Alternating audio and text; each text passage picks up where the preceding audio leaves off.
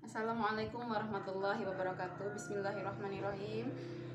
Dear my student, my lovely student, ya jumpa lagi.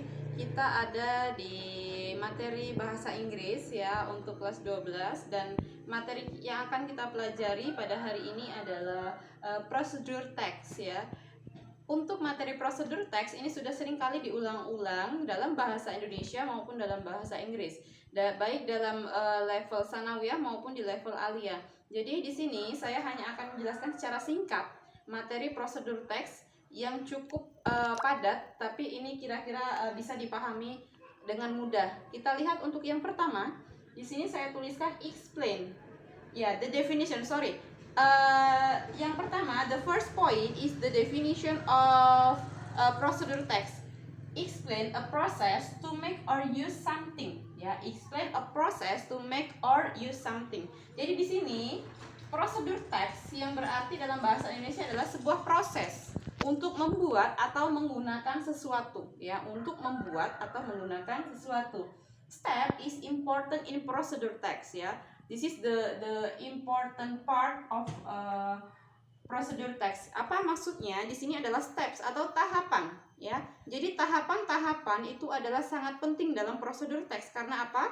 Contohnya di sini kita lihat adalah how to make a chocolate drink. In Indonesia, how to make a chocolate drink is bagaimana cara membuat minuman coklat. Nah, dengan kata how to di sini yang berarti bahwa bagaimana itu sudah masuk kepada kalimat prosedur teks atau kata kunci dari prosedur teks, yang kemudian pada paragraf tersebut akan ada materials dan juga ada steps. Nah, di sini ada dua poin penting, materials and also the step. In materials include ingredients and also tools. Apa itu ingredients?